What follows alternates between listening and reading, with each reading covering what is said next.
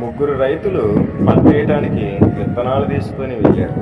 మొదటి రైతు విత్తనం వేసి 100 బస్తాలు పండించాడు.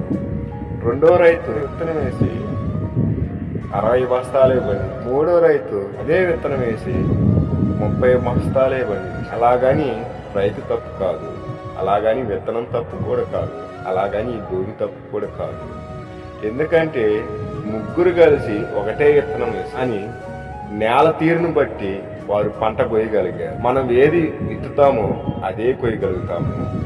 నేల తీరును బట్టి పంట రాబడి. ఒక రైతుకు 100 బస్తాలు వచ్చినాయని సంతోషపడ్డాడు, మరొక రైతు 60 బస్తాలు వచ్చినాయని బాధపడలేదు, మరొక రైతు 30 బస్తాలు వచ్చినాయని దిగులు పడలేదు. ఎందుకంటే ఆ రైతుకు తెలుసు ఏ నేల తీరును బట్టి ఎంత ఇయ్యగలదో. అలాగే ఈ లోకంలో ఉన్న మనుషులకు తెలియట్లేదు. ఏ మనుషుడైనా మంచిని విని మంచే చెబితే అక్కడ మంచే పండిద్ది, మంచే ఉంటది.